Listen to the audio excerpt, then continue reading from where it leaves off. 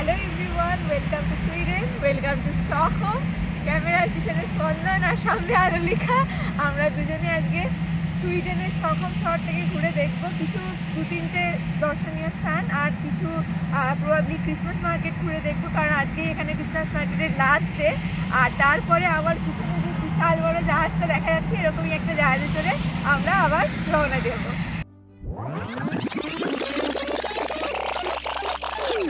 Long জার্নিতে আমরা বেরিয়ে পড়েছি। এখন অলরেডি আমরা ডুসেলডর্ফে পৌঁছে গেছি। এখান থেকে বাস লং জার্নি, মানে 24 ঘন্টা তো শুধু বাসেই লাগবে।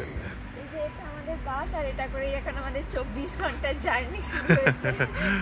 We will start from Stockholm, যেটা সুইডেনে। তারপর আমরা যাব ফিনল্যান্ডে, যেখানে যাব লাপল্যান্ড বলে একটা জায়গা, মানে পুরো ম্যাজিক্যাল টাউন। তো আর সেখানেই আছে সান্টা ক্লজ ভিলেজ। আর তারপরে সেখান থেকে আবার আমরা ব্যাক করব ব্যাক টু কোপেনহেগেন, যেটা ডেনমার্ক, তারপর বাড়ি। তো এটা হ্যাঁ, তো এটা অনেক লম্বা 8-9 দিনের প্ল্যান। এই যে এতক্ষণে আমরা বিমেন এসে পৌঁছেছি। এখানে আমাদের আর একটা মানে ব্রেক দিয়েছে, টয়লেট ব্রেক আর কি। তো নস্টালজিক লাগছে, বিমেনে এসে পৌঁছেছি। বহুদিন, অনেক দিন হয়ে গেল, আর এখনো বহু পথ বাকি। সেই জার্মানির ডুসেলডর্ফ থেকে যে সুদীর্ঘ যাত্রা শুরু হয়েছিল, এখন প্রায় তার মধ্যগগনে আমরা।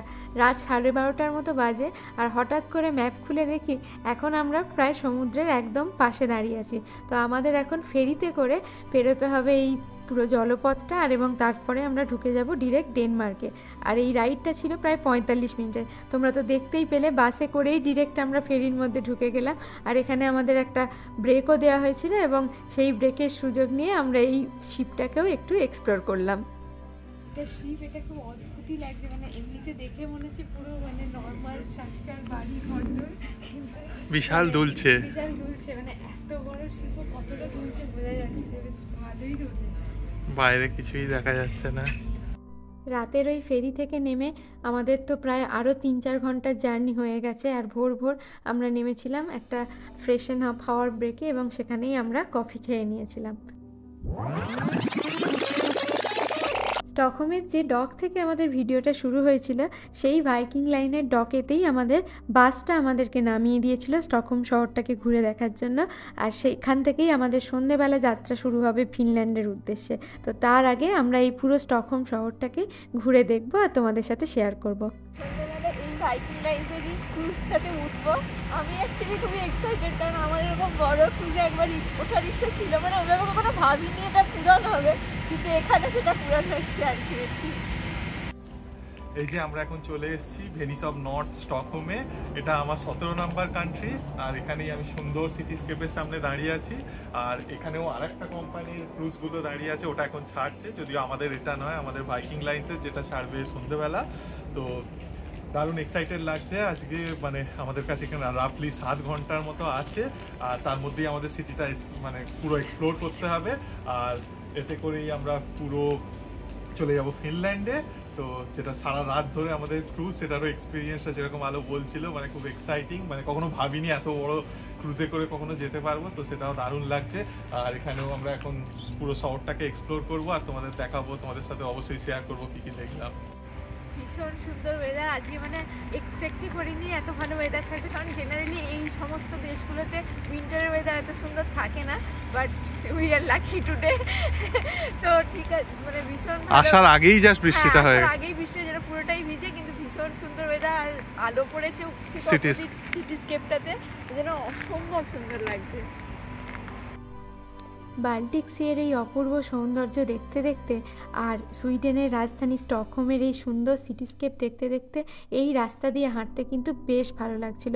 আর ওয়েদারটাও বেশ ভালো ছিল, মানে ঠান্ডা অনেকটাই ছিল, -5 ডিগ্রির মতো, কিন্তু যেহেতু রোদ ছিল এবং আকাশে আলো ছিল, তাই জন্য বেশ ভালো লাগছিল। কারণ যেমনটা তোমাদের বললাম, স্ক্যান্ডিনেভিয়ান কান্ট্রিগুলোতে, মানে এই উত্তরের দেশগুলোতে যেটা সমস্যা শীতকালে, সেটা হচ্ছে বেশিরভাগ সময়টাই আকাশ অত্যন্ত মেঘলা থাকে এবং বৃষ্টি অনেক বেশি হয়, এবং পুরো শীতকালটার পুরো দিন যেটুকু সময় থাকে, মানে ওই 4-5 ঘন্টা, সেইটুকু সময়ও অন্ধকারই লাগে।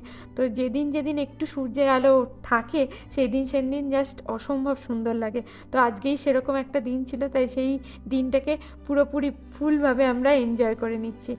আর এই বাল্টিক সি সম্বন্ধেও তোমাদের বলে রাখি, এই বাল্টিক সি কিন্তু উত্তর আটলান্টিক মহাসাগরেরই একটা অংশ, এবং এই অংশটাকে প্রায় 11টা দেশ ঘিরে রয়েছে। সেই 11টা দেশ হলো Denmark, Estonia, Finland, Germany, Iceland, Latvia, Lithuania, Norway, Poland, Russia এবং সুইডেন। তো এই 11টা দেশ মিলে এই বাল্টিক সিটাকে পুরো ঘিরে রয়েছে, এবং এই দেশগুলোকে বেশিরভাগ, এই দেশগুলোর মধ্যে বেশ কিছু দেশ আছে যেগুলো নর্ডিক কান্ট্রিজ নামেও পরিচিত, যেগুলোর মধ্যে Finland, Norway, Sweden, Denmark, Iceland এই দেশগুলো পড়ে। কিন্তু তার মধ্যেও বেশ কিছু দেশ স্ক্যান্ডিনেভিয়ান কান্ট্রি হিসাবে পরিচিত, যেটা আমি অনেকবারই হয়তো কথায় বলছি। কিন্তু এই স্ক্যান্ডিনেভিয়ান কান্ট্রির মধ্যে কিন্তু 3টেই দেশ পড়ে, একটা হচ্ছে নরওয়ে, আর একটা হচ্ছে ডেনমার্ক, আর একটা হচ্ছে সুইডেন। আর সেই সুইডেনেই এখন আমরা এসে পৌঁছেছি। আর দেখতে দেখতে কিন্তু আমরা অনেকটাই এসে পড়েছি, মানে যে ডকে আমাদের বাসটা নামিয়েছিল সেখান থেকে কিন্তু এই স্টকহোমের সিটি সেন্টারটা, যেখানে অলমোস্ট আমরা পৌঁছে গেছি, এই জায়গাটার ডিস্টেন্স প্রায় 3.5 কিলোমিটারের মতো। কিন্তু আমরা আর বাসে করে আসিনি, কারণ প্রথম কথা তো বাসের জন্য আলাদা করে টিকিট কাটতে হতো, এবং এই প্রত্যেকটা দেশেই যেমন তোমাদেরকে বলেছি জিনিসগুলো একটু আলাদা হয়, তো সেটা বুঝতেও অনেকটা সময় নষ্ট হয়ে যায়। আর এত সুন্দর ওয়েদারটা ছিল এবং চারপাশটা তো ভালো দেখতেও লাগছিল, তাই আমরা হেঁটেই আসাটা বেশি উপযুক্ত মনে করলাম, তাই জন্য আমরা হেঁটেই এসেছি, এবং হেঁটে আসলাম বলেই এত সুন্দর ভিউটাও দেখতে পেলাম আর তোমাদের সাথেও শেয়ার করতে পারলাম। আর হাঁটতে হাঁটতে তো আমরা রয়্যাল প্যালেসের কাছেও একদম পৌঁছেই গেছি। আর এখন যে বিল্ডিংটা তোমরা এই জলাশয়টার সামনে দেখতে পাচ্ছ, এই বিল্ডিংটা কিন্তু রয়্যাল প্যালেস নয়, এটা হচ্ছে এখানকার পার্লামেন্ট বিল্ডিং, আর এর ঠিক পাশেই রয়্যাল প্যালেসটা অবস্থিত। আর আমরা রয়্যাল প্যালেসটায় যখন এসেছিলাম তখন সেখানে হচ্ছিল একটা খুব ইন্টারেস্টিং মানে রিচুয়াল। সেটা হচ্ছে সেই সময় হচ্ছিল ওদের যে গার্ডেরা থাকে প্যালেসের সামনে, সেই গার্ডেদের শিফট চেঞ্জ হচ্ছিল। তো সেই অংশটাই আমাদের ভিডিওতেও ধরা পড়েছিল, তাই তোমাদের সাথেও সেটা শেয়ার করে নিচ্ছি, তোমরাও দেখে নাও এখানে যখন গার্ডেদের শিফটটা চেঞ্জ হয় তখন তারা কিভাবে সেই শিফটটা চেঞ্জ করে।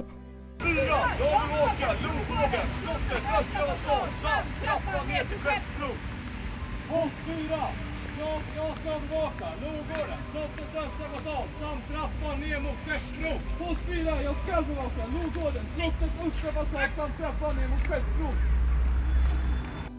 যদিও এই রিচুয়ালটা দেখা ছাড়া আমাদের বোধগম্য কিছুই ছিল না, কারণ যা কিছু বলছিল সেগুলো তো বলছিল সুইডিশ ল্যাঙ্গুয়েজে, আর সুইডিশ ল্যাঙ্গুয়েজ তো আমরা বুঝি না। কিন্তু যাই হোক, ব্যাপারটা দেখতে বেশ মজারই ছিল। আর এই রয়্যাল প্যালেসটাও যেমনটা দেখলে বিশাল বড় ছিল, এবং এটা শুধু সামনে দিক, আমরা এই প্যালেসটার সব দিকই ভালো করে ঘুরে দেখব। তো এখানের বেশিরভাগ মানুষ, মানে প্রায় 96 থেকে 97% মানুষেরই যেটা মাদার টাং সেটা সুইডিশ ল্যাঙ্গুয়েজই।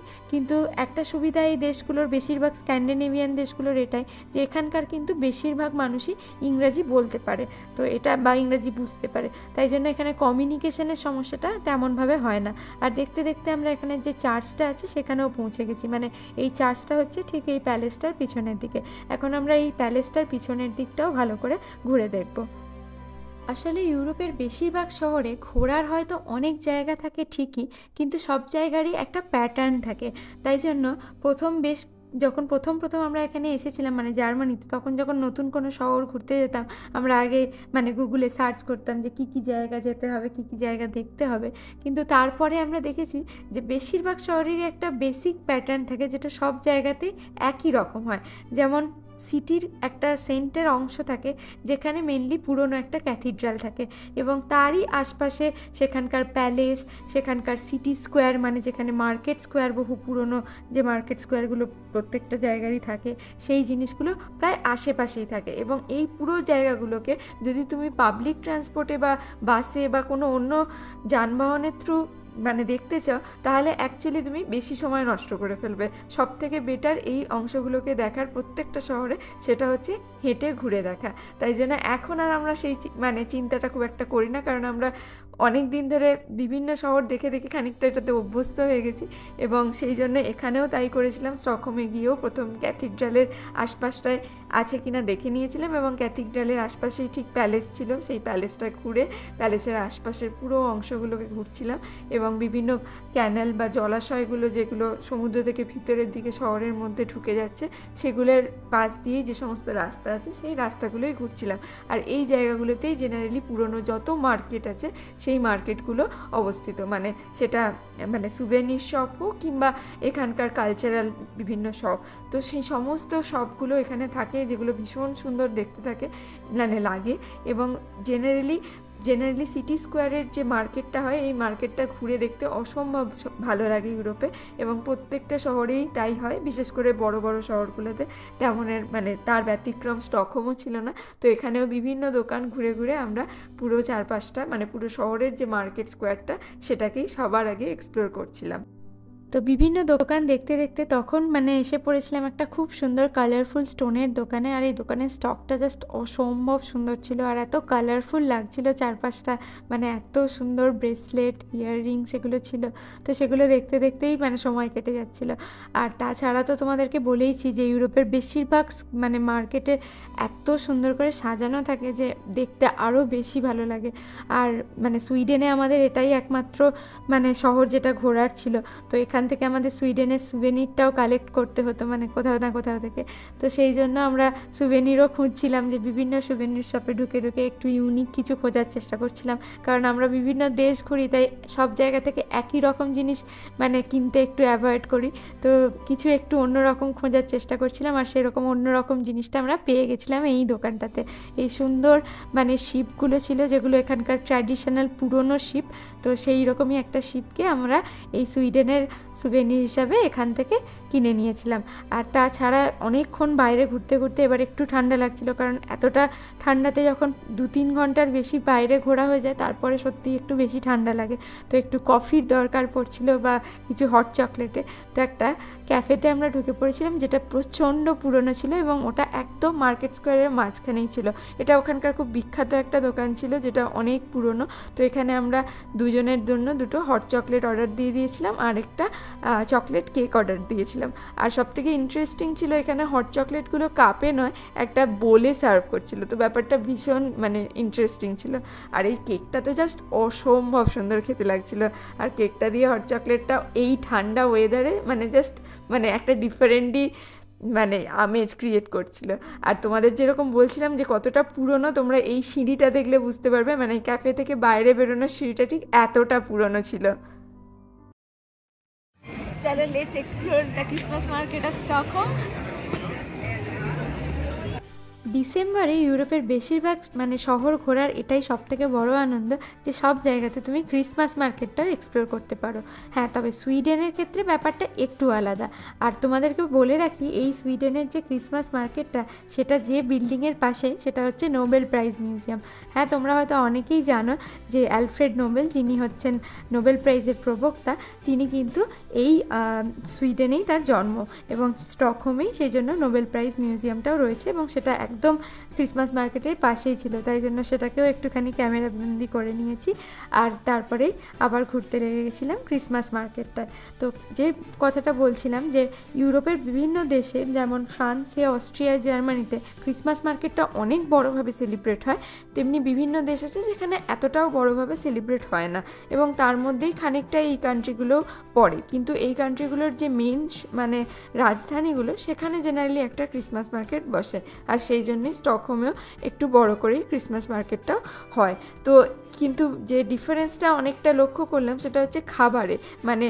মানে আমাদের জার্মানিতে যেমন গ্লু ওয়াইন, কিন্ডার পুঞ্চ, তারপরে কারিউস্ট, এইসবের দোকানগুলো অনেক বেশি বসে, যেহেতু মানে এগুলো এখানকার ট্র্যাডিশনাল ডেলিকেসি, তেমনি ওখানের ট্র্যাডিশনাল ডেলিকেসি কিন্তু ওখানকার ক্রিসমাস মার্কেটে পাওয়া যাচ্ছিল।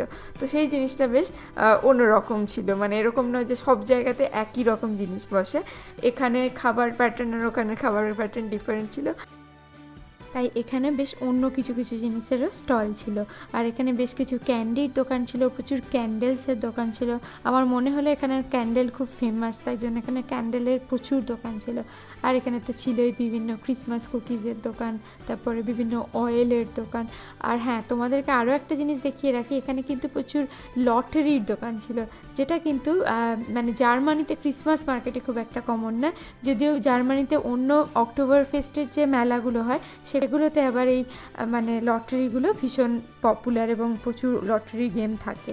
কিন্তু সেটা এমনিতে ক্রিসমাস মার্কেটে তেমন একটা থাকে না। তো মোটামুটি ক্রিসমাস মার্কেট ঘোরা আমাদের হয়েই গেছিলো। আমরা আবার ব্যাক করছিলাম আমাদের মানে ডকটার দিকে, কিন্তু তার মাঝখানে এখনও আমাদের হাতে অনেকটা সময় ছিল, কিন্তু ঠান্ডাও অনেকটা ছিল, তো আর বেশিক্ষণ বাইরে থাকতেও পারছিলাম না। তো এবার আমাদের কিছু একটা ভাবতে হতো, কোনো একটা অল্টারনেটিভ, এবং অনেকক্ষণ হয়ে গেছিলো, একটু খিদেও পেয়ে গেছিলো। তো মাঝখানে এই দোকানটাতে ভীষণ সুন্দর মিনিয়েচার ছিল, তো সেগুলোই এক্সপ্লোর করছিলাম। আর সেগুলো এক্সপ্লোর করতে করতে ধীরে ধীরে আমরা আমাদের গন্তব্যের দিকে এগিয়ে যাচ্ছিলাম। তো এই স্টকহোমের ভিডিওটাও তোমাদের কেমন লাগলো অবশ্যই কিন্তু কমেন্ট বক্সে লিখে জানিও। এই যে আমাদের স্টকহোমে ঘোরা অনেকটাই কমপ্লিট হয়ে গেল। এখানে ক্রিসমাস মার্কেটটাও আমরা ঘুরলাম। এগুলো জার্মানির ক্রিসমাস মার্কেটগুলোর মতো অত বড় হয় না, বা অস্ট্রিয়াতেও অনেকটা বড় হয়। এগুলো ওখান থেকে অ্যাডাপ্ট করা, বাট এটা অনেক ছোটো, তো অল্প সময়ই লাগলো সেটা করতে। এখন ওই 4:30টার মতো বাজে, কিন্তু যেহেতু এখানে ওই পুরো 2:30টার সময় সন্ধে হয়ে যাচ্ছিল, এখন পুরো সন্ধ্যা হয়ে গেছে। আর সমুদ্রের ধারে তো একদম প্রচণ্ড ঠান্ডা হবে, খুব হাওয়া চলছে, তাই জন্য আমরা এখন সময় কাটানোর জন্য এই যে হট চকলেট আর এটা এটা সিনেমান ব্রেড নিয়েছি। সিনেমান ব্রেডটা অ্যাকচুয়ালি সুইডেনের খুব বিখ্যাত, মানে সমস্ত জায়গায় অ্যাড, ওটারই সুভেনিয়ার সব বিক্রি হচ্ছে। তো আমরা ভাবলাম একটা ট্রাই করেই দেখা যাক কীরকম হয়, আর এরপরে তো আমরা আবার ক্রুজে উঠবো। আজকের মতো তো আমাদের স্টকহোম সুইডেন ঘোরা এখানেই শেষ, আর এরপরে আমাদের শুরু হবে ক্রুজে যাত্রা, ভাইকিং লাইন্সের ক্রুজে। হ্যাঁ, যেটা করে আমরা যাব ফিনল্যান্ডে একেবারে। সেটার ভিডিও নেক্সট ভিডিওয়ে আসছে। আজকের ভিডিও এখানেই শেষ করছি। আর যদি ভিডিওটা ভালো লেগে থাকে তাহলে অবশ্যই লাইক করো, আর বেশি বেশি করে শেয়ার করো, আর কমেন্ট করে অবশ্যই লিখে জানিও কেমন লাগলো তোমাদের এই স্টকহোম শহরটাকে। আর আজকের মতো এখানেই ভিডিওটা এন্ড করছি, চলো টাটা।